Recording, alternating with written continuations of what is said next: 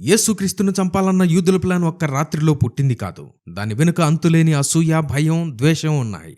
ఒకవైపు ఆయన చేసిన అద్భుతాలకు ప్రజలు ఆశ్చర్యపడుతుంటే, దేవుని ఆలయంలో జరుగుతున్న వాళ్ళ వ్యాపారాలను ఆయన కొరడాతో అడ్డుకున్నాడు. వాళ్ళ కపట భక్తిని జనాల ముందు నిర్భయంగా బయటపెట్టాడు. దాంతో వాళ్లకు ఆయన ఒక పెద్ద శత్రువులా కనిపించాడు. ఆయనను ఎలాగైనా అంతం చేయడం కోసం వాళ్ళు తమ సొంత న్యాయ చట్టాలనే తుంగలో తొక్కి అబద్ధపు సాక్షులను కొనుక్కొని మరీ ఈ అక్రమ విచారణలు జరిపారు. అవేంటో ఇప్పుడు డీటెయిల్గా చూద్దాం. మొదటి విచారణ ప్రధాన యాజకుడైన అన్న ఎదుట. యేసుక్రీస్తును గెత్సేమనే తోటలో పట్టుకోగానే నేరుగా అప్పటి అధికారిక ప్రధాన యాజకుడైన కయపా దగ్గరకు కాకుండా మొదట అన్నాస్ అనే వ్యక్తి దగ్గరకు తీసుకువెళ్లారు. ఎందుకంటే చరిత్ర ప్రకారం అన్నా అనే ప్రధాన యాజకుడు అప్పటికే రిటైర్ అయిన ప్రధాన యాజకుడు. రోమన్లు అతన్ని పదవిలో నుండి తీసేసి అతని అల్లుడైన కయపను ఆ కుర్చీలో కూర్చోబెట్టారు. కానీ యెరూషలేము టెంపుల్ పాలిటిక్స్లో అతనొక మాఫియా డాన్ లాంటివాడు.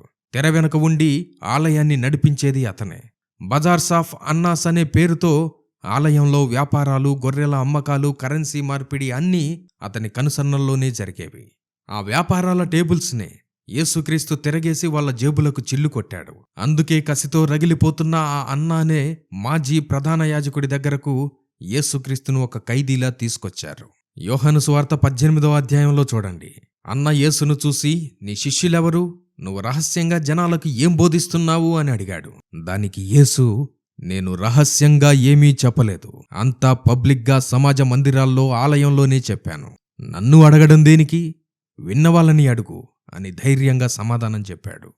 నేను వెలుగులో ఉన్నాను, మీరే చీకట్లో అక్రమంగా నన్ను విచారిస్తున్నారు అని యేసుక్రీస్తు వాళ్ళ ముఖం మీదే కుండ బద్దలు కొట్టేశాడు.